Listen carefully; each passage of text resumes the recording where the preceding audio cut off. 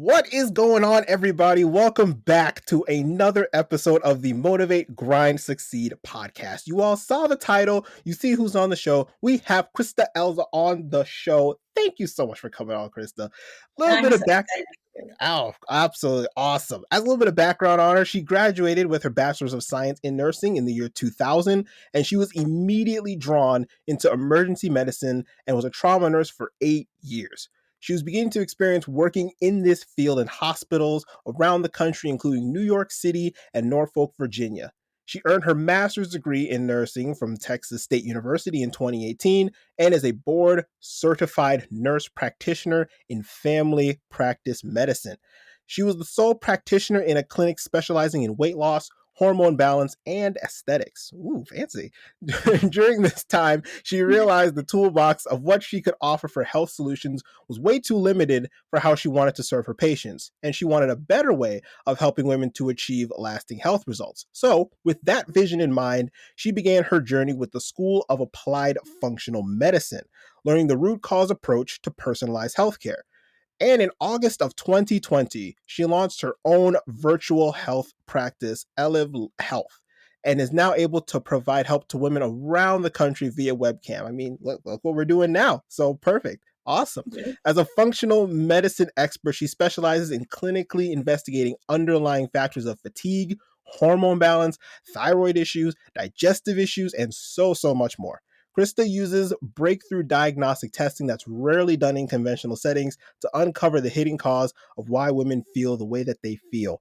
And she is here with us today on the show. Thank you so much. Everyone give a round of applause. I mean, they're not going to be able to hear it, but a round of applause for Christa Elza. Yay, she's on the show. Yay.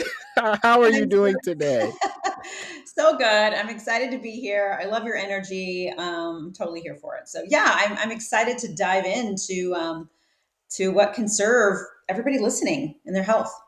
Awesome. That's great. And we're glad to have you on the show. And so, like I said, in typical guest fashion, we like to let the guests kind of do most of the talking here on the show. So I know I pretty much gave like your big background, but I mean, if you want to go ahead and add anything else that I went ahead and missed, if you want to take us from maybe some key details that I wasn't able to share here, the floor is yours. Pretty much, just take us from like little tiny you to maybe growing up you or wherever you want to start. The floor is yours here.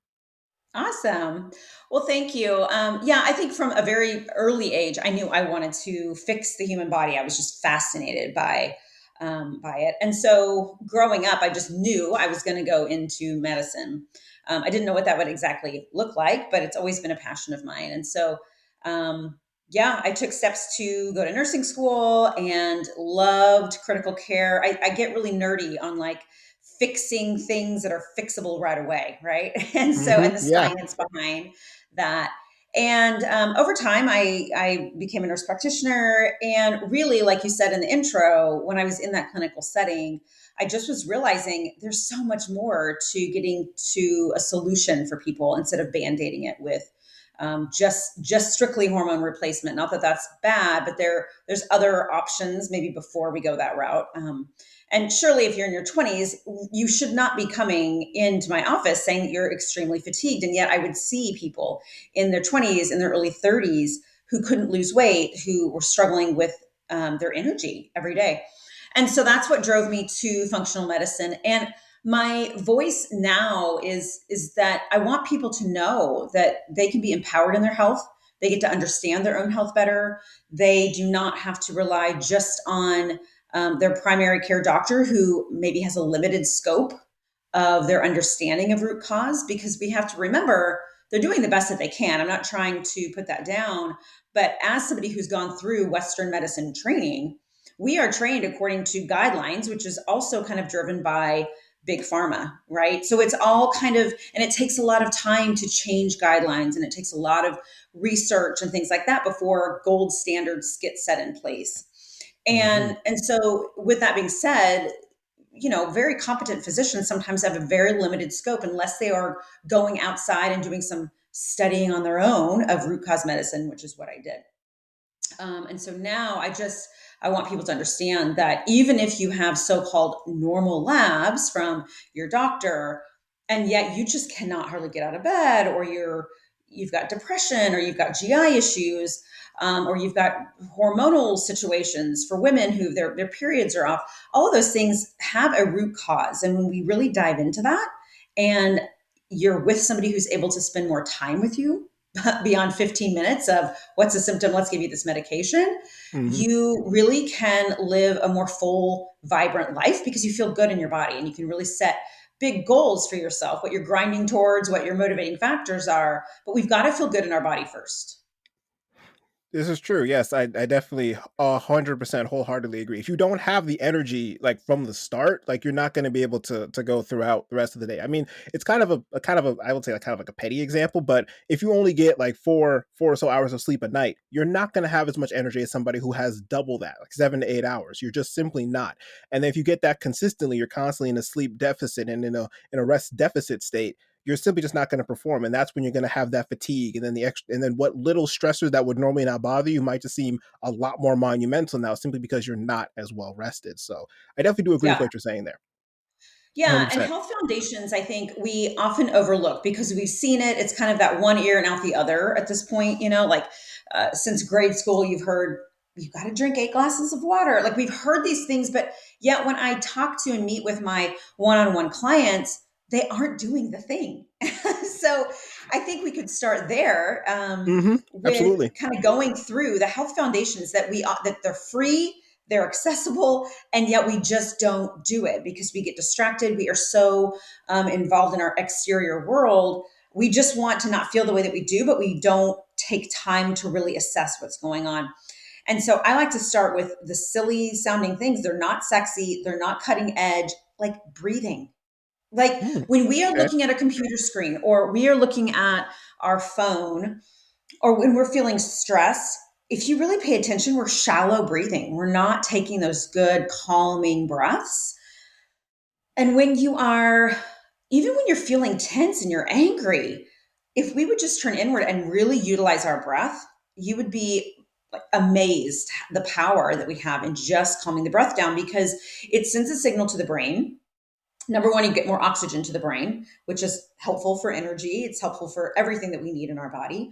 But it also sends a signal to the brain that we're calm because when we are shallow breathing, when we are tense, that's activating our sympathetic nervous system, which is to fight or flight, right? It's not the Hmm. opposite, which is our parasympathetic, which is rest, digest, feel good, and calm, right? So breathing is powerful. And so I say start there. I even say to use, I love box breathing. I don't know if you're familiar, but Yep, I've it's used that. okay, it's amazing for helping you fall asleep. It's amazing for going back to sleep in the middle of the night. And if people don't know what that is, I like to keep it simple with a count of four. There's different counts you can do, but I say four. You breathe in for a count of four, hold that for four, breathe out for a count of four, and hold at the bottom for four. And then repeat that at least 4 times. And that not only calms your body physiologically, but it also gives you something to focus on and think about rather than the anxiety producing thoughts that might be keeping you awake, Hmm. right? So, breathing, first and foremost, is my go to foundational element Hmm. Yeah, for box sure. breathing is. Oh yeah. Go ahead. Yeah, yeah. Tell me your experience with box breathing. I'm curious. I love when people already know about it because it's powerful. Yeah, so I got into box breathing mainly because I would actually kind of like what you were saying. I would notice that a lot of times at work, sometimes like when I'm in meetings and things like that, I would notice I'm kind of like when I would talk, I would notice I would be kind of like not finishing sentences like completely, not sounding like my best. I would sound like things are rushed, like they're hurried. I would be breathing kind of hard all the time, almost like I just ran like half a mile or so. And I'm just like, why is that? Why do I seem so uptight and everything? So then I realized I'm actually just shallow breathing. Like I'm breathing from the chest and not rather from the diaphragm, right? That's what I Hmm. realized that. And I started looking into, okay, well, how can I just like calm my breathing down since I'm not like Hmm. consciously thinking about, okay, here's how I'm breathing. What can I do to like improve like how I come across when I'm talking to Hmm. people? So then I realized, oh, let's just try box breathing. Like it looks like something simple, just 4 seconds in, hold 4 seconds, out 4 seconds, and then let that exhalation be held for another 4 seconds. So I tried that, and then I realized, man, after like what maybe 2 or 3 rounds of doing that, which takes like 30 seconds, a minute at most, I feel calmer. I feel more composed. I feel more relaxed. All the stresses seem to just start to just melt away from the day. Like everything that I have to get done, just I'm just like, okay, we'll just take it one step at a time, nice and calm, nice and relaxed, nice and easy. Helps me when I'm going to sleep too. If I'm coming home and then like I had meetings all day and my mind is racing all the time, it's like I just gotta go to sleep. I'm looking at the clock and I'm just like, it's like 11 o'clock. I gotta wake up early. I just box breathe Yes. and just do that, and it calms you down. And I'm next thing you know, all I hear is, oh, the alarm went off, when did I fall asleep? And so it Yeah. helps a whole lot. So yes, box breathing, 100%, I'm with you there. I definitely do recommend box breathing. And just as a quick aside Yeah. too, I do kind of nerd out on these things a little bit too, because similar to you, I'd have a degree in biomedical engineering, so I have kind of like that biology background too. Yeah. So if I nerd out a little bit too, we're kind of I on the love it. same page here. Yeah. Yeah, I love it. And those are really great examples of the difference between the sympathetic and the parasympathetic, right? And our bodies, and I'll say this multiple times, our brains are very basic. Our brains are still structured the same way they were at the very beginning when we didn't have the technology and the stresses of our modern world. So our brain is still very simple and the signals are still the same, whether the input is a life-threatening, situation, or you're just running late to a meeting, or you're about to speak in front of people, or you're crunching time to hit a deadline. I mean, those are all the same signals reach the brain as if you are in a life-threatening situation, and so the body is ready to preserve itself, right? And that's Mm-hmm. exhausting to our system. And so the power of breathing is priceless, and it's free. I mean, it's free and it's Mm-hmm. priceless, right? Yeah. And it's powerful. The second thing I like to really bring up, which is a boring, non-sexy thing, is water, right? Like, I know that people know in their ear that I say, drink plenty of water. But Mm-hmm. what's happening is that they're not really doing that. I was kind of guilty of the same thing. Me I too. would get up in the morning and have coffee. And then at lunch, I would have tea or soda, whatever, before I quit drinking soda. And so yeah, but I would look back and be like, I really haven't had like a solid glass of water. So, in order to help me change that, well, first of all, I want to go over the importance of it. I mean, not having water is life threatening, right? Like our bodies Mm-hmm. cannot go longer than 24 hours typically without water. And that is a stress signal to the brain. So, when we're dehydrated, unknowingly, we may have anxiety, we may have brain fog, we may have fatigue simply because our body doesn't have enough water. We could be having issues with those same things because our body can't detox toxins appropriately because we don't have enough water. So I can't stress them enough about the importance of filtered water. Filtered because Mm. oftentimes there are toxins in tap water. So I would definitely, at a minimum, get one of those Brita filters for your fridge. But filtered water, and the way I started stacking that habit, because it was something I didn't love, I didn't like to do it, I didn't like the taste of plain blah water. Yeah, same. I put those little squeezies of lemon, so I didn't Oh have to keep yeah. fresh Mm-hmm. lemons in. I just squeeze it in. And before I'm allowed to have my coffee now, because I do love the taste of coffee, I drink a 30-ounce, kind of one of those Yeti cups of water before I'm Oh allowed yeah. to have my coffee. So it's Oh it's boy. not only stacking the habit, because my habit's coffee, right? So that's a trigger. Okay, let me stack another habit that's better for me right now, which is water. And I have a prize at the end. And Mm. so those are ways that you can start to incorporate it. And then having something by your desk, wherever you're working. If you, one of my clients is an orthodontist, by the sink where she's washing her hands, have your water bottle. So it's there, it's obvious, and you're drinking water throughout the day. And it doesn't become such a chore or something you forget about because it's so important for every function in our body. Without oxygen and water, we are dust. Yeah. So those are foundational things that I want everyone listening to really take to heart. It's not just something your second grade teacher is saying, it's legitimate. We need water. Absolutely. Yes, I 100% agree with you on that water thing because I have to work on that. 100%. Like completely being honest here, when I'm at work, I mean, this thing right here, I mean, this is full of water right now. But honestly, on a typical day of work, this is probably all the water I'll drink all day. This is 16 ounces. That's about it. In the morning, I'll usually drink like you said, I'll usually drink like a coffee. In the middle of the day, I might drink probably either like a soda, diet or regular, or I know it's bad for you. I know, or an energy drink or something like that. But yeah, I Yeah. know. I'm getting Yeah. away from those. I'm getting away from those. I promise. And But yeah, we don't need Yeah, water is so essential for every function in our body. And so you get to be the team leader for everybody listening on how to incorporate drinking water Yes. more. And a lot of it is just setting, I can't have this until my water is done. I can't have this Hmm. particular drink until I've had the water. And then having it in front of you and having goals. Like for me, I get those big 30-ounce Yetis, and my goal is to drink 3 of those a day. That's about 90 ounces of water. Um, and add things to it. Like I said, the lemon, the make it enjoyable. Don't make it, it'll become a quicker habit if you don't hate it, right? So make it Hmm. enjoyable for you. Yeah. Um, What I've, oh, Go ahead. okay. Yeah. So what I've also found too, it's a similar tech. It's a similar tactic used in like the fitness space as well. It's called like greasing the groove. I'm not sure if you've heard of that before. But an example of that would be, let's say you want to get better at doing pull-ups, for example, right? So you'd have a pull-up bar like outside your door or something, and every time you cross through that doorway, you do like 2 to 5 pull-ups or something like that every single time. So for me, that helped out a lot in the fact that if when I remember and I put a water bottle down, I remember, okay, every time I pass this table or I pass this water bottle, take like 2 or 3 sips or 2 or 3 mouthfuls of water every single time. And that's actually Yeah. helped me to increase the amount of water intake that I've done. So I've gone from drinking, I think, around like maybe between 8 to 16 ounces a day to, when I remember, again, I'm getting better, trying to do it every day. But when I do remember, I'm getting more to like 32, 64 ounces or so of water a day. So it definitely Yeah. helps out with that too. Yeah. There's a book, Atomic Habits. If you haven't read it, you should. It's amazing at building and changing new habits. So Atomic Habits is something that I would recommend.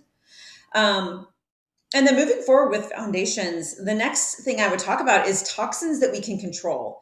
And, I don't like people to get kind of bent around the bar with stressing out about toxins, but it is so important to control what we can, right? There's Hmm. so much that we can't control, but things like starting in your kitchen with using glass containers instead of plastic. So I kind of went through my whole kitchen repertoire and pulled out anything that was plastic, spatulas, Teflon pans that can really start chipping, um, all sorts of Tupperware. And so I kind of put all that in a pile. I took a picture, and then I knew what I needed to order on Amazon, right, as a replacement. Hmm. And so here's the thing about plastics. Plastics are porous, right? They think about when you put red sauce into a Tupperware container and it's Hmm. red, right? Yep. That porousness it's absorbing is also giving back into the food. Okay, so part of that plastic that is displaced is going into your sauce. And those plastics can be really disruptive to normal hormone function, primarily, and just added burden and toxin to our body. That is something you can easily switch out. And so kind of cleaning up what you can. I mentioned a water filter. Women are particularly exposed to more chemicals because we use dry shampoo, which if you look at the back ingredient, the first one is propane. Like our skin is one giant mouth. Okay. Like think about the nicotine Yeah. patch. Think about the Hmm. nicotine patch. We put it on because it absorbs through the skin and then you get some nicotine into the blood. That's no different than what's going into our body from our lotions, our dry shampoo, hairsprays, makeup. And so, really starting to, it doesn't have to happen all at once, but as you run out of a certain product, looking for a cleaner product. I like the detox market, it's a great Hmm. place. And there's a lot more companies creating more clean shampoos and lotions that we all need to start taking note of because it's important. It really burdens our body, and we can't control the amount of pollution from the vehicles that are out there and radiation that maybe we're not aware of, but we can control things like that. And airing out your home when the weather's nice and it's not winter and 40 and raining like it is here today, you open your windows and let the fresh air come in because our homes also off gas, like our furniture and all that. So really looking for ways that you can become aware of and eliminate what you can control as far as toxins. That really helps your body to manage the toxins of just living normal life. Mm. Okay. Yep. I like that. I definitely like that too. I know for sure I definitely switched from using plastic Tupperware bringing lunch to work. I'd switched to a glassware, and let's say it is Perfect. definitely a lot nicer when you can just warm up food in a glassware. Because I definitely did experience what you were talking about. One time I did bring some spaghetti from work, and I still have yet to be able to get those the red sauce stains Yeah. come out of the plastic. Like they're I don't think they're coming out ever. Honestly, I've been Yeah. scrubbing. It's just this is not coming out. I just do the thing away. There's no way. Yeah. There's no way that So thing's let gonna that come be out. a visible example of the exchange going on because it also gave plastic to your sauce, right? And we've all Hmm. done that. But once you know, you can't unknow. So it's like, okay, now I know it's so much healthier to just switch to a glass container. Hmm. Yeah, you're making me definitely self conscious since I'm drinking out of a plastic bottle right now. So I'm probably gonna have to Yeah. switch that Yeah. to a glass bottle or maybe even Yeah, or something metal. Hmm. stainless steel also, um, or high temperature silicone. So, Okay. like spatulas and things like that, you want to look for high temperature, like 400 degrees or higher, and you can find that on Amazon. But that way, it's not leaching out into your food as you're cooking it, right? So it's just simple changes that over time really help out your body and the way that you feel and the burden that your body has to deal with. Um, Another foundational uh, point is stress. And this is a Oh huge man. one. Oh man. We Here could we probably go. talk the next hour on stress. Oh It's yes. foundational to health. And just like your thoughts, what you were describing before when you were talking about box breathing, remember thinking about the thought of talking created a physical response, right? Like your body responded to your thoughts, your body responded to the stressful situation. A lot of us can think about that like, this is a pretty, all of us can relate. When you think about somebody and you're wanting to hook up with them, you think about it, your body responds to those thoughts, whether or not that person is in the room, right? So Hmm. that's another like very tangible thing that we can all relate to. Your body is literally responding to your thoughts. And so when we are living in a space where we're constantly feeling like we're not good enough, we're stressed out about a deadline, we're stressed out about a project, we're stressed out about the business we're growing, whatever it is, your body responds to that. Again, remember I said our brains are kind of basic. Right. Yeah. And so our body responds in a way that it's threatened. And over time, that can really cause a lot of chronic fatigue. It can affect our hormone balance because our brain sends a message to our adrenal glands that sit on top of our kidneys. And that adrenal gland puts out cortisol. And cortisol is necessary for life. We have to have it. It gives us energy. It gives us the ability to have that fight or flight, run, change, jump out of that rest and digest and get to running, right? Hmm. Um, but when that is chronically activated, so when that's activated, our body says, well, we don't have time to eat. We don't have time to reproduce. We don't have time to digest anything. And so imagine when we're living in that space unknowingly, we all of Mm. a sudden are wondering, why do I have GI issues? Why is my thyroid an issue now? Why can't I lose weight? Why can't I get pregnant? Why are my periods irregular? And it's because we live in this stress state that literally affects every part of our body. So there's some downstream effects to that. And so stress management is so important for full on health. And doing that, is a long conversation and we can see where this goes, but breathing, meditation, creating boundaries and sticking to them, right? Mm. Allowing yourself to say, I'm going to stop working at 6 and then I'm going to enjoy the people around me. I know it's hard if you have like your own business and you're starting, trust me, I know. But setting up boundaries so that we don't feel, we allow that parasympathetic to kind of take over and we can relax.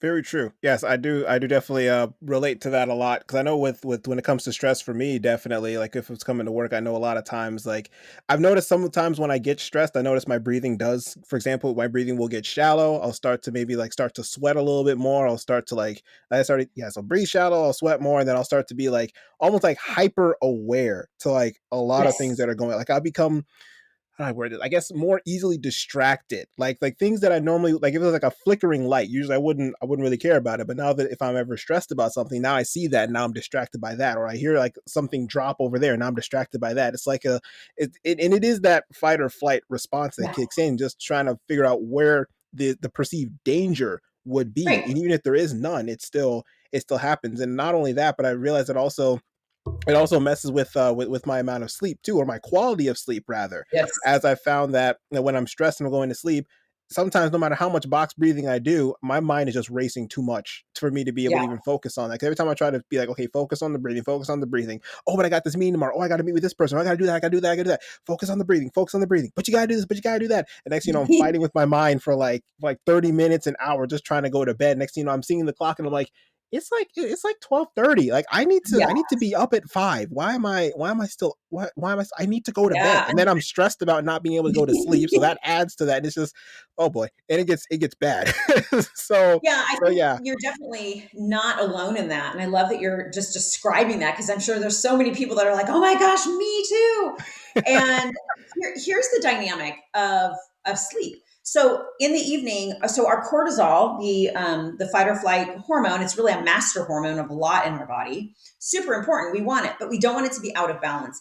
And so in the morning, it really should spike up within about 30 minutes and then make a slow, kind of like those old school slides where those metal slides go up and then just slope down, right? So it should be Hmm. making that slope on a graph throughout your day.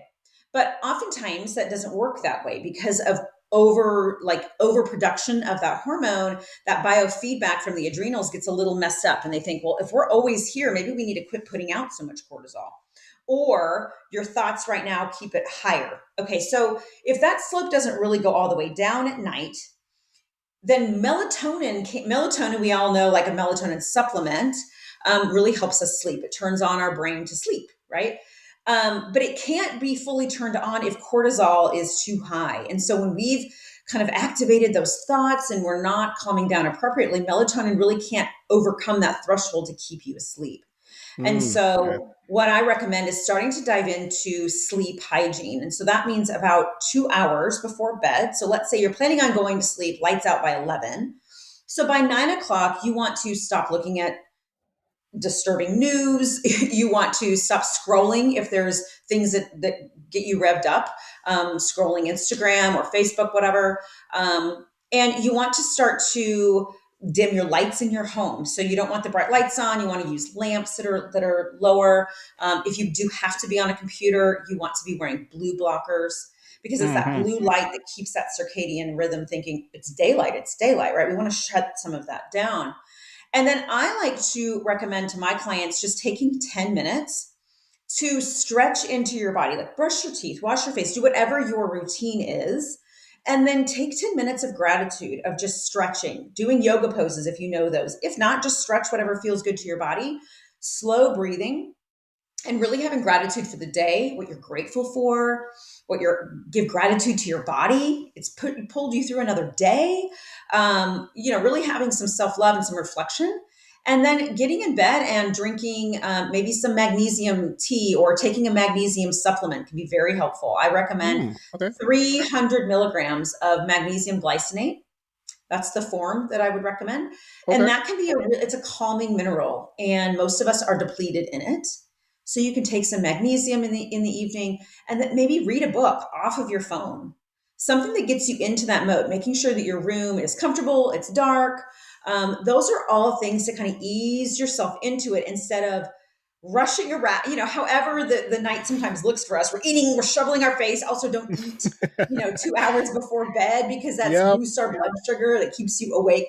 So there are some things that you can do to really enhance your ability to get good quality sleep and not feel so stressed out going to bed Hmm. because sleep is so important. That's another foundational thing that we can get to. Absolutely. Yeah, we can get to sleep too. But when you were talking about that, it actually reminded me of I forgot who said it, but have you heard of the 10-3-2-1 sleep rule? Remind me of that. It sounds familiar. Okay, yeah, sure. So it was pretty much saying that these are the counting the amount of hours that you have before bedtime. So for simple math, we'll just say you go to bed at 10 p.m. Right. So 10 hours before that, no more caffeine because caffeine has approximately like a 12-hour like half life inside of your system. So no more caffeine. That way, it helps you to fall asleep. 3 hours before bedtime, it's no more alcohol, no more food. Only thing that you're allowed to do to intake is just water. That's pretty much it. 2 hours before bed. There was no more work. So if you have your own business, that's like you were saying before, that's your hard stop. And it could be difficult for entrepreneurs and everyone out there, but do your best. 2 p.m. Oh, sorry, 2 hours before bed, hard stop. And then 1 hour before bedtime is, like, as you were saying before, no more screen time. Just turn Yeah. off the screens. No more TV, no more phone, no more tablet, no more whatever you got going on. Turn them off. And as you said, read a book. Do something simple. And that way you'll be able to fall asleep a lot easier, because you've already been able Yes. to just wind yourself down since, let's say you were going to bed at 10 p.m. You've been able to start winding yourself down since midday. So now you're already Yeah. ready for sleep. I love that. I'm gonna remember that. 10, 3, 2, 1. Mm-hmm. Genius, right? It really is an acronym to or numbers to help people remember all of those elements that we're talking about. Super important.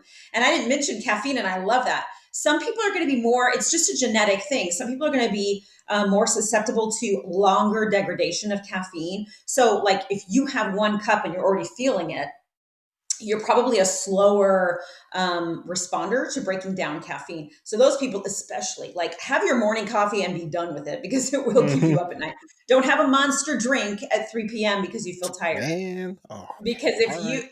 you that will affect, especially it's 200 milligrams or more of caffeine, and Mm-hmm. your body sometimes does not have the ability to really essentially break that down before it's time to go to bed. And so that caffeine is still a stimulant, it's still keeping you awake. Your body's just responding the best it can, right? It's just like I'm revved up. I can't sleep.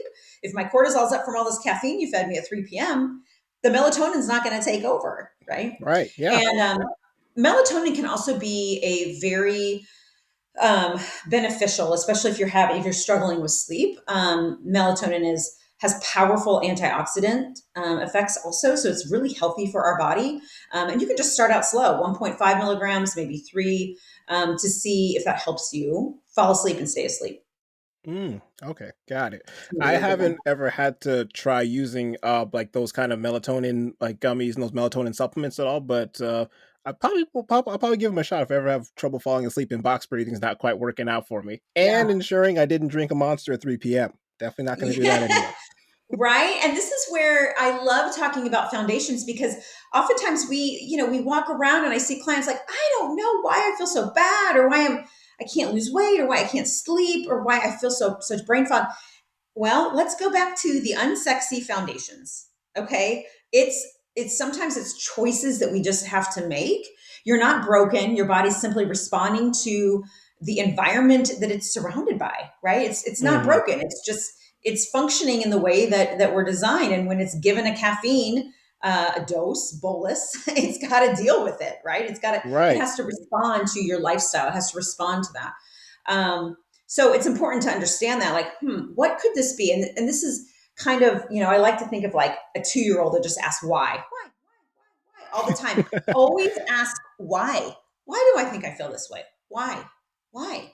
Not what do I need? What doctor do I need to help tell me to fix myself? Like, why do I think? What can I do? What do I have that I can control now that I've heard this conversation that you and I are having right now? Let me go Hmm. through those foundations. Am I breathing? Am I drinking water? How am I managing my stress? Am I setting boundaries with my time? Am I watching how much caffeine I drink? Am I watching how much sugar and processed foods I'm intaking? Because the mouth is the entry into our body, and it really gives a signal to the body of how safe the environment is, right? Like if we Hmm. aren't ingesting anything, the body understands how to kind of flip a switch and maybe store more fats, right? Like in Yeah. long times of starvation. Or we're getting plenty of food, and so we know that we can keep our metabolism to a certain level, and it's a signal of the safety of our surroundings. And so when it's seeing food that it doesn't even recognize as food because it's a marshmallow. Like, what's a marshmallow? Um, I'm just taking an example for processed Hmm. food. Like, what is that? And the body has to respond to that, and oftentimes it can cause inflammation and stress to the body. And so when we question ourselves, like, how healthy am I actually living? It can answer a lot of the problems. Nobody has to answer that for you, right? Hmm. I'm not gonna lie to you. So far, this is as much of a lesson for me as it is for the listeners, because because Yeah. I've realized if this was an exam, I am probably scoring a solid 0 right now. because I got to work on my breathing. I got to drink more water. I have to focus on toxin control, and I have to manage my stress better. So Yeah. thanks for that, Krista. I have a solid F now. So so but no, I say that because at least it's good that now I know faces that I can focus on. So now I know that, as you said, these Yeah. are free, they're effective, I can work on them just consciously, and then in time they'll eventually become better. So so for me personally, breathing, I'll focus on box breathing more at work. For water, I'll be sure to go get, like you said, one of those stainless steel bottles, probably one of those bigger ones, keep that at my desk and constantly refill it every time when it's empty. Or maybe make a goal to myself, because I know I'm not wearing it right now, but I have a smartwatch and it can give me an alert saying, "Oh, it's time to drink some water. You haven't moved around in like an hour." So I can Yeah. do those kind of things. For toxin control, like I said, I can use more glassware, and for stress, I could just I guess I could start using that. I can use more of the 10-3-2-1 rule, for example. I can just focus on um excuse me. I can focus on being able to control like who it is that I hang around, because even people can cause stress as well, not just situations as well, but it's trying to limit the situations that cause me stress, limit the people that can cause different kinds of stresses. So man, I got a lot to work on. We could honestly end the Yeah. episode right there because there is so much to unpack with just that, and that was so much value right there, and I love it. So That's that's awesome. great. That's great. Yeah, a lot of it is just awareness. And like, I love that you mentioned people, because people can also create a lot of stress in relationships, right? And being in tune with your body, because your body is your subconscious. So if you'll notice, like, your body will respond physically. You'll feel like if a person walks in the room that, like, you know, that feeling like, Yep. like your stomach tightens, whatever, Mm-hmm. or you feel elated and so excited, right? Your body is understand. Your body is your subconscious. It knows before you do, you know. And so when we are tuned into that, you can really like become more aware of like what's causing stress and what's not. How does Mm-hmm. this make me feel in my body? Am I tight in my stomach? Am I tight in my chest? Am I tight in my throat? Huh, that's creating a stress response. Why? Why? Why? Like, ask yourself Mm-hmm. why, deep breathe into it, and make a shift, right? Like, start eliminating the things that are creating that tension in your body. And sometimes we're not even aware. Like, wow, my body knows that person annoys me. My body knows that person just really revs me up, right? Yep. My body knows that. And so creating again boundaries around your time. I love that. Like, turn off your work computer. That's my hard boundary. Like 2 hours before sleep, we're done. It's me time now. This person aggravates the hell out of me. Well, then that's my boundary. Like, we're not hanging out. They're not invited to dinner. I'm not responding to their invites. Like, whatever you need to do, because this is your life, your health. You have a big purpose, and you've got to preserve that energy for what you're striving for, right? So Mm-hmm. I love that you brought up the relationships, another huge point of stress for people. Absolutely, yeah. And then it kind of segues a little bit into another topic that I wanted to touch on, which was, this one could probably take a while to talk about, but we could definitely touch on it for sure. Burnout, actually, because if you Yeah. don't focus on these foundations, I found out a lot of times, especially at my last job, a lot of times, when I really didn't focus on, especially the stress management portion, I would wake up feeling tired. I would wake up feeling like I really don't want to go to work today, and it's not even just the typical, "Oh, I just don't want to go to work today because I just don't want to." It's more of just like I really don't even have like the mental capacity to just say, I need to get up, I need to go to work, I need to do what I have to do. So like, yeah, so let's touch on Yeah. let's definitely touch on burnout a bit, because I know that's definitely a big issue, and especially being someone who's a recent college grad myself, burnout was a really glaring issue, as you have constantly 16, 17, 18 credit hours that you're taking, and sometimes you're Mhm. working a part-time job, and sometimes you're doing research on top of that, and it's just a lot. So Mhm. let's definitely touch Mhm. on burnout, because I feel like that would be a very good topic we could touch on. Yeah. Again, first thing is just awareness. And, you know, burnout is now an actual medical diagnosis, because it starts, you know, with the unmotivation or the depression or the lack of sleep, just the exhaustion at work. You're not functioning well at work. You're just not able to stick to tasks or stay focused on tasks. If that's your reality, then yes, burnout is probably kind of creeping up on you. And so, if you're already there, ways to prevent it. Number one is really stepping into those boundaries and preserving space for yourself, for fun, for things that you love, for breaks, for quality sleep. really, really creating those boundaries. And I know boundaries are more difficult for one person versus the next. Like some people have an easier time with that.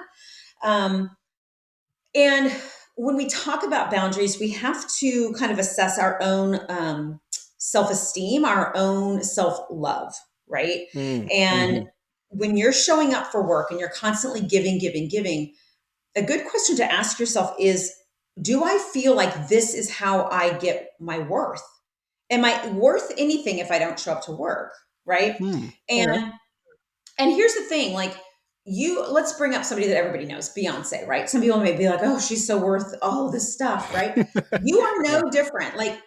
Like you're not worth any more or any less than somebody like that. Um, if you were to make it to, vice president of the current company that you're working in, let's just say, does that make you worth any more? No. Hmm. You're still worth the same. You're still the same human being. So it doesn't make you worth any more or any less with the amount of striving for other people, external validation, I guess is what it's boiling down to. Okay. There you go. So, Mm-hmm. not that I'm trying to say don't work hard. I'm just saying, what is your motivating factor? Because when you can wrap your arms around that, you get to say, I'm worthy of a break. I don't have to have these praises and all of this, or I don't have to say I worked 50 hours this week in order to be worthy of anything. And certain personalities are really driven by work, and it's a beautiful thing, but you can really burn out if you don't get clear on, okay, I'm going to go, go, go. And then because I love myself and I know I'm worth this. I'm worthy no matter what. I'm going to give myself a break. I'm going to go hang out with people that I love. I'm going to watch a TV show and binge on a show because I get to do that. Does that make sense? Am I making sense with that? Yeah, you're making sense, definitely. Because I know for sure that a lot of times, sometimes people will say, "Oh, I worked 40 hours," and I honestly fall victim to it too. Sometimes when people say, "I worked 40 hours a week," oh yeah, well I worked 45, and this person's like, "Oh, well I worked 52 hours." I'm like, "Whoa, Yeah. 52 hours!" And then it's cool. You get that external validation of like, "Whoa, you work so much. You got all this OT. You're raking in all that money. That's amazing." And it's great and amazing for all of like 5 seconds, and then after that life continues to go on. And then if you want Yeah. that hit of dopamine again, then you've got to work another 52 hours. But do you really want to do that just for that 5 seconds like of glory of people just saying, quoting your praises of, wow, you worked like what, 12 more hours than everybody else? But how is that doing for your mental? How's that doing for your physical? What are you skipping out on? What is Right. your home life looking like for you to be able to pull these kind of hours? Like there's so much more to it than just working those extra hours. So Yeah. yeah, I definitely feel that. And Yep. a lot of these responses are very innocent. So most of our patterns of thinking are developed before age 7. And I wish I would have known that before I had kids, because then I would have taken more. Oh gosh, what am I doing? They're under 7. So most of what we are absorbing is it happens before the age of 7. Our beliefs, because we don't have a filter really. We just take things as they are. Like Santa Claus, we're like, yeah, it's true. Like you believe what you hear, you believe what people are telling you. That's how we're designed. Like that's how we learn, right? But that's not always our perception. Even if you're raised in the most loving home, your perception of something may not be healthy. So for instance, I was raised in a very loving home, but I learned early on. I was the firstborn. Firstborns tend to be very driven, right? Yep. We can do it. Firstborn We can here. do it. We're oldest. We can do it all. And so not all, but a lot of firstborns are very driven. And I kind of learned I was the first ones. My parent of doing anything, right? My parents were like, "Oh my gosh, that's amazing! Oh, you got straight A's." I learned that I got my external validation and feeling good about myself by accomplishing things, getting good grades, getting into the good school, just my accomplishments, right?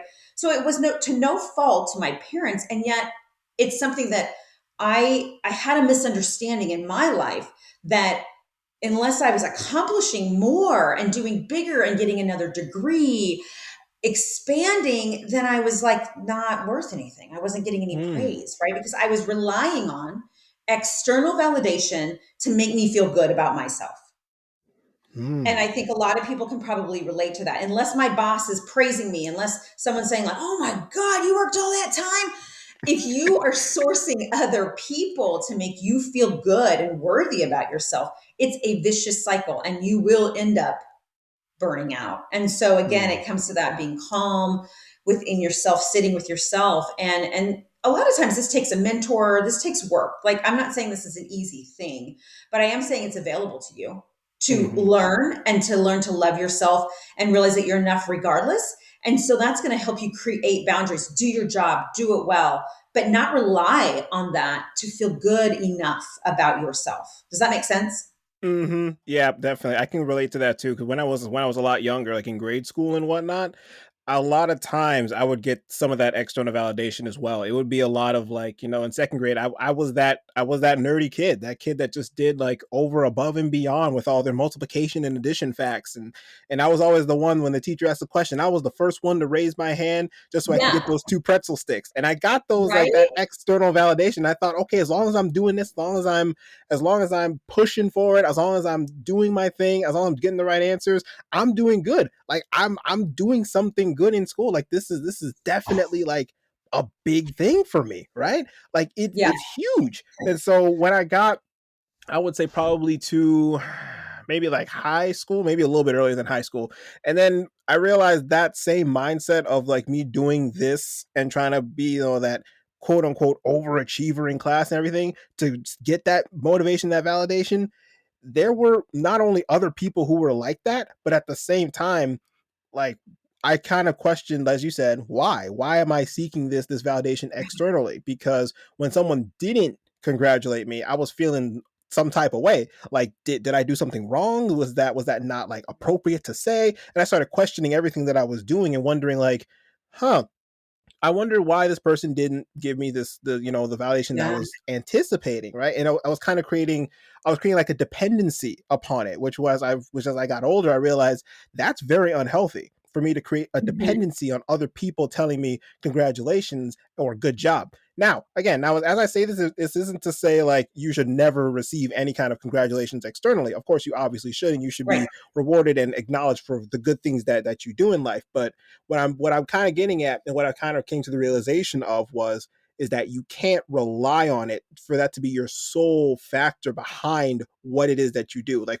as I say all the time, you have to have that motivation be intrinsic. It cannot be extrinsic, right? Because a Right. lot of times when I before I started this show, I fell victim to that extrinsic motivation. I would always be at school in the library just looking up motivational videos for study, and it'll be like a 20-minute long video chock full of ads, because not only because they're trying to just hit you with that quick dopamine hit, but then it makes you come back for more, because then it's almost like a drug, right? You keep coming back for more of those videos and more and more and more and more all the time, and it doesn't do anything, and if anything, it just kind of wastes your time. Yeah, it gives you that quick hit of like, yeah, I could do anything that I want, but at the same time you're like, then you start going to the grind of the work and you're like, this is boring, and all the motivation kind of dies down, so you're like, maybe I just need some more, so then you just go and get it externally again, and then you start realizing you're forming a dependency. And that's when I Yeah. realized I'm forming a dependency. I'm spending like 20 minutes doing schoolwork and 2 hours, literally 2 hours,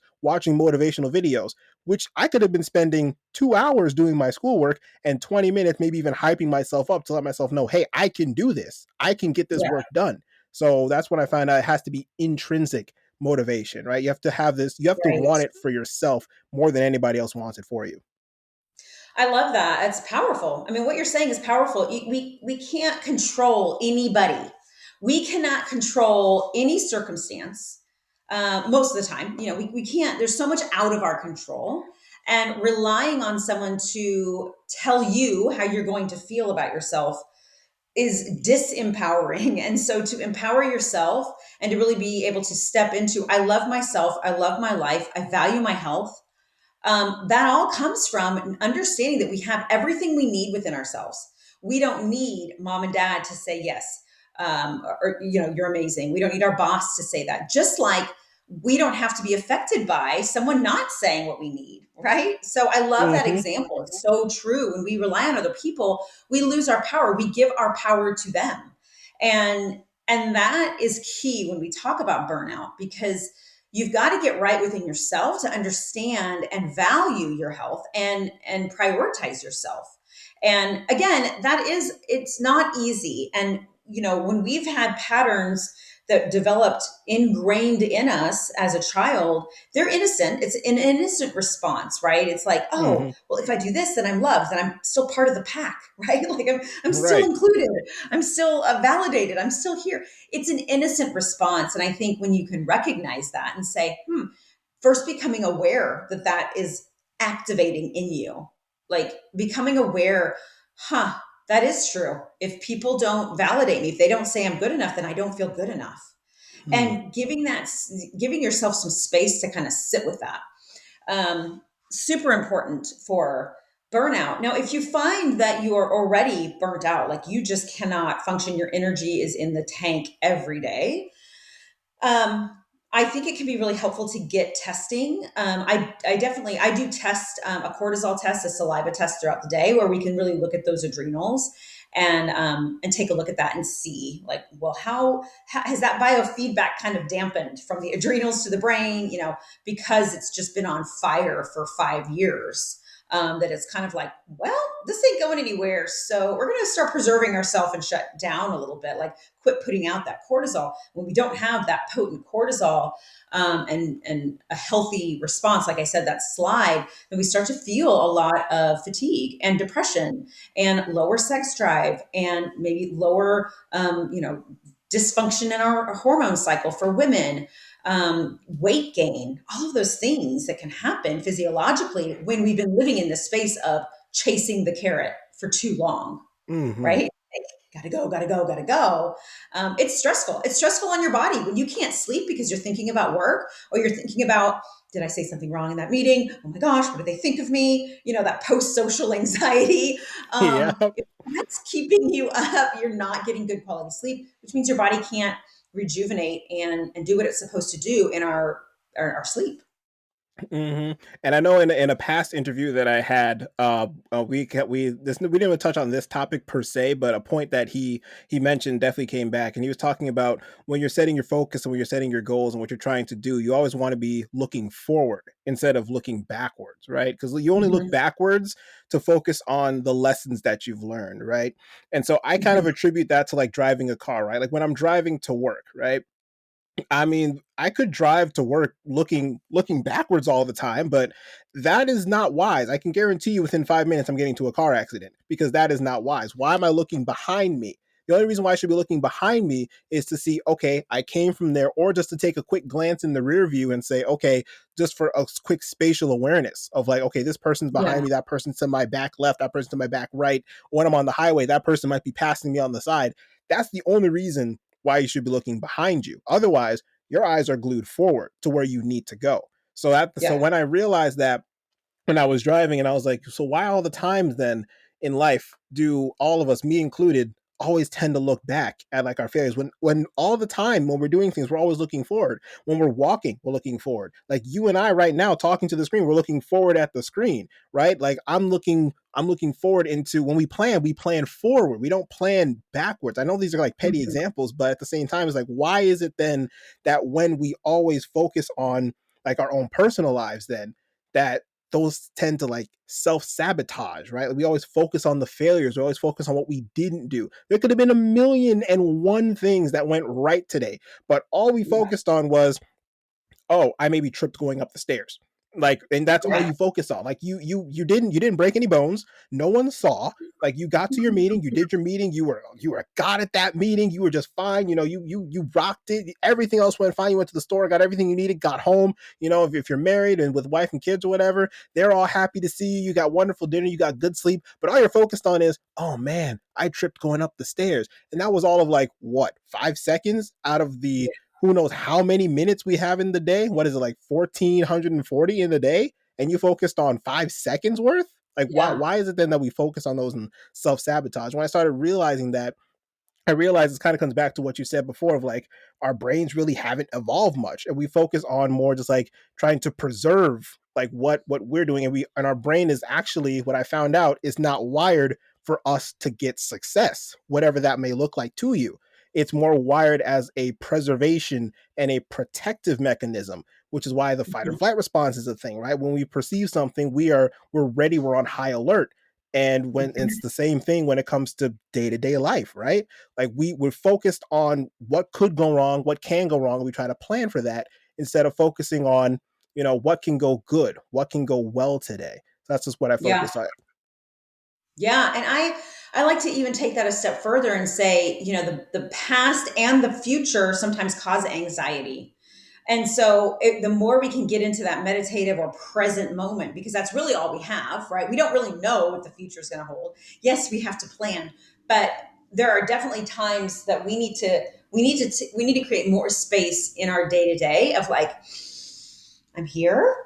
I'm currently working on the task. Box breathe. I'm breathing. I'm in my present moment, right? Like I'm Mm-hmm. here and now, and that's very calming because there is more anxiety when we think about the past and the future.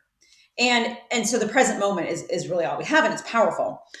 That's the whole premise of meditation, right? Like really getting present in where we are right now, because that calms the nervous system. It feels safe right here and now because it knows it can touch, it can feel, it can look, it can breathe.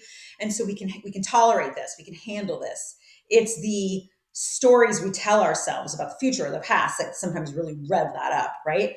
Mm-hmm. um right, our body, our mind is made to keep us safe. And so when we get really stressed out or we hold ourselves back from something new, like going on a podcast or talking on a stage, like that fight or flight is triggered because our body wants to stay safe. And that somehow doesn't feel safe to do something new. And so Mm-hmm. it's hard. It's hard sometimes to push through that. And there's a time and a place to do it.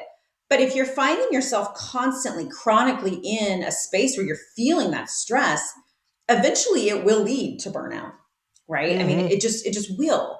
And so doing some of the tools that we've talked about, like maybe finding a mentor to help you really look, kind of get over yourself, get over your inner child, or make more peace with that inner innocent side of you that's just trying to be accepted.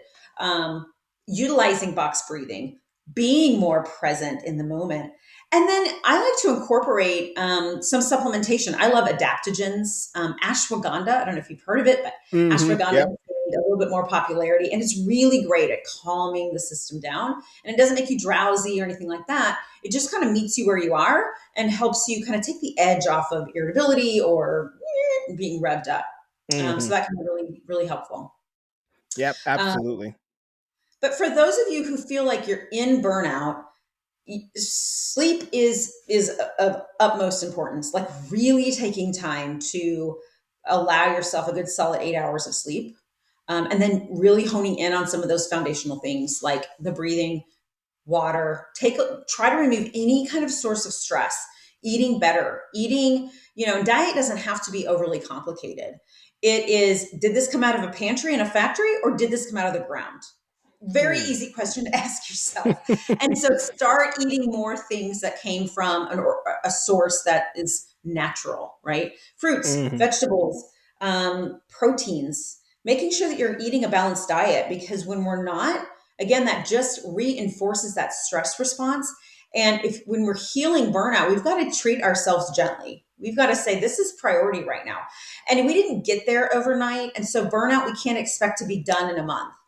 It could be 6 months to a year of consistent new habits before you really feel like, okay, I'm back. back in full force. We've got to allow and give ourselves some grace to heal. Mm-hmm.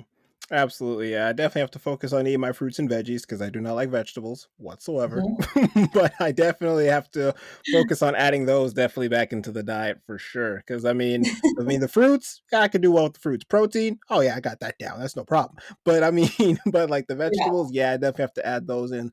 And I have not tried ashwagandha. I definitely, like I said, I have heard of it, but I might have to give that a shot as well. I definitely will write that down and give that a I shot love as it. well. So Yeah, ashwagandha definitely. is great. Yeah. Mm-hmm. And veggies, slide it, get some spinach into a smoothie, broil the broccoli and put some salt on it. Like there's ways that we can make our vegetables a little bit more palatable. But it certainly is important because it supports our body in antioxidants. And, we could go all nutritionally crazy with that. But the bottom line is that it's supportive to your body. It nourishes the organs in your body. There's less stress response from your body than from processed foods. And when you're struggling with burnout, we really got to start babying ourselves and really getting back to honing in on those foundations for sure. And like I said, I do functional testing where I can test it and we can look at actual data to see. But if you're doing this on your own, honing in on those foundations is going to be key. Hmm. Yep, definitely. I For sure. 100% agree with you right there. Is that because I know? Quick aside with that, I know because like I said, growing up and everything, we ate a lot of home cooked meals. We didn't do a lot of the processed foods and everything. So when I went off to college, a lot of times, and I didn't really have much time to make breakfast or anything. I would There was always the very convenient Dunkin' Donuts right there Yeah. inside on my college Yeah. campus, and so every day almost, which now I realize in hindsight that was a lot of money I was spending, but Yeah. it would always be the same thing every single time. Let me get a bacon, egg, and cheese on a croissant because we're always having that 2 for $5 deal. So I already knew $5.50. I'm getting two breakfast sandwiches. And at first I was like, okay, good. It's sustenance. It's something. It's around it was at that point. Then later I realized it was like 1,000 calories I was eating, which I was like, that's a lot for something that doesn't taste Yeah. like much.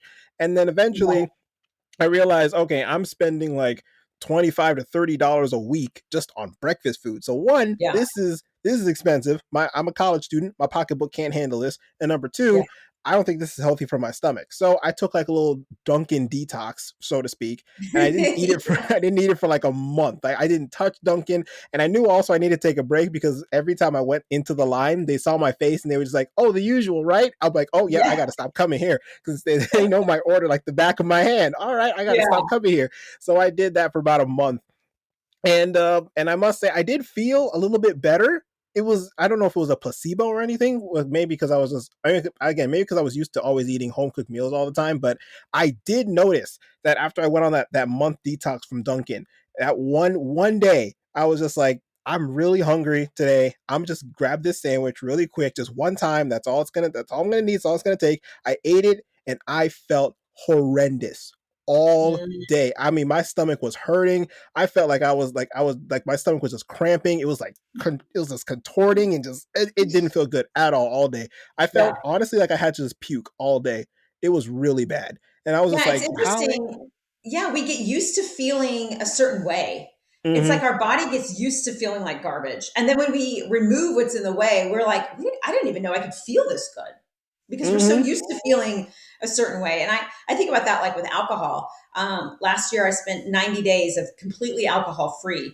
And it kind of changed my relationship with alcohol because now I see how much more productive I am without it.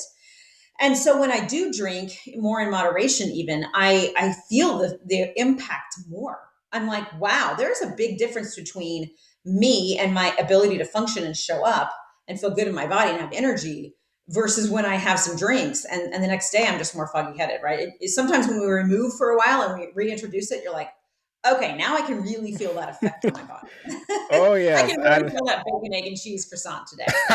Yep, I definitely felt it. Because then during that month, I realized that a lot of the workouts that I were doing, I felt a lot more like I felt like a little more powerful, like I guess, in the workout. I didn't feel like as like groggy or anything, and then also throughout the day, also when I was eating those sandwiches, I definitely felt like not as clear headed as I usually did. Yeah, But I thought I was just like I just brushed it off as I'm just tired. That's what I brushed it off as. But then when I stopped eating those sandwiches again, and again, this isn't anything against Dunkin' or anything, it's what I mean. America runs on Dunkin', as they say. But I mean, but when I realized that the food there is just not for me, it is just right. processed to who knows where, Oh, right? it should be It's the not good. exception, the exception of your diet, not the rule of your diet, right? Like Mm-hmm. every now and again, your body can handle it, but when we're bombarding it, and you brought up a good point, how much better you felt moving your body. That's another foundation we didn't really step on.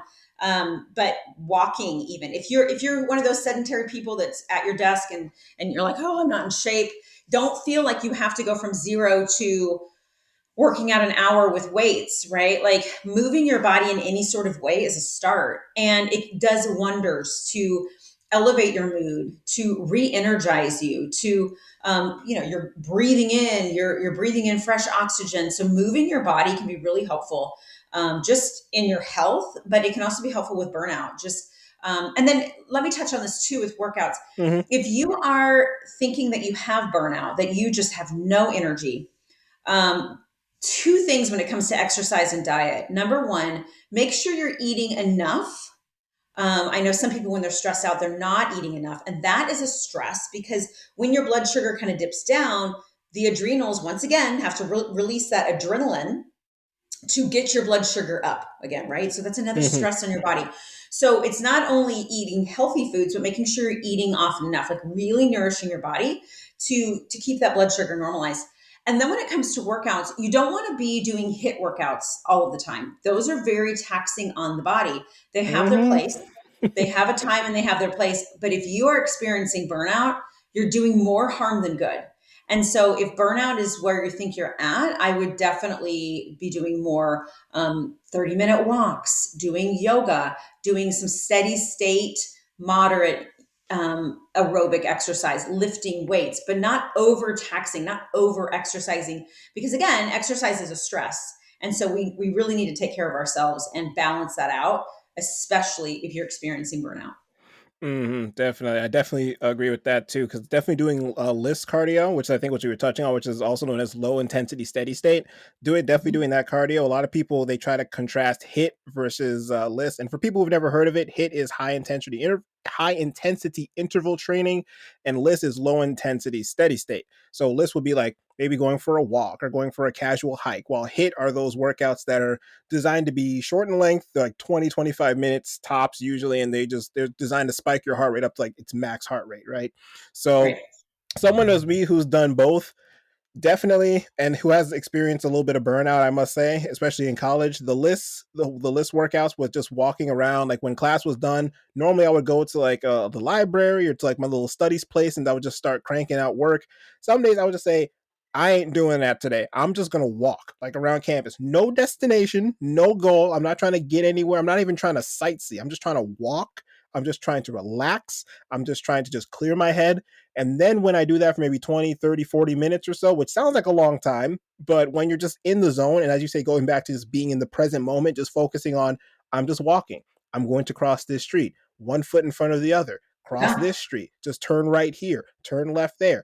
Am I going to get lost? Maybe. I'm not focused on that because I have GPS. So I'm not thinking about that at all. So I can just get back to wherever I need to go. I'm just focusing on that. And when I got back to doing my work, I was so much better. Now I'm not gonna say I went from like burnout to just I could do anything in the world, but it was more of I'm at a stage now where I can concentrate, I can focus on my work, and I don't feel so just tired and just so dead Mhm. on energy. So yes, the exercise Yeah. definitely does help out a lot. Yeah. And then allowing ourselves to take naps, I think as a driven person, oftentimes I know we pride ourselves in like, oh, we're just a machine. We can go, go, go, go, go. And, if you're feeling really tired, 15 minutes, 20 minutes can do wonders for your mood, for your ability to focus again, for your ability to just kind of reset that mood, reset that energy. I wouldn't go longer than 30 minutes because then you can wake up groggy, but just a Hmm. short 15, 20 minutes can be really beneficial. So allow yourself to have that little siesta, that little break to Hmm. rejuvenate yourself as well. Yep, definitely. Because the 30 minutes, because I think it takes about what, like 20 or so minutes, 30 minutes. Then you start getting into REM sleep and everything like that. And that's when you're going to wake up in that cycle. And then you're going to feel worse than when you started. And it's a whole Right. mess. You want So to keep it short. definitely, yeah. So definitely the 15 to 20 minutes.